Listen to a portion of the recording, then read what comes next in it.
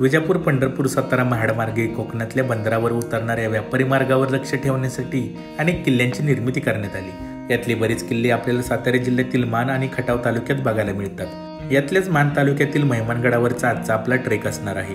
विजापूर पासून होणाऱ्या स्वाऱ्यांना पायबंद लागावा व या संपूर्ण व्यापारी मार्गावर लक्ष ठेवण्यासाठी छत्रपती शिवाजी महाराजांनी अनेक किल्ले स्वराज्यात जिंकून आणले व काही उभारले। यात संतोषगड, महिमानगड, वर्धनगड, वारुगड हे किल्ले येतात।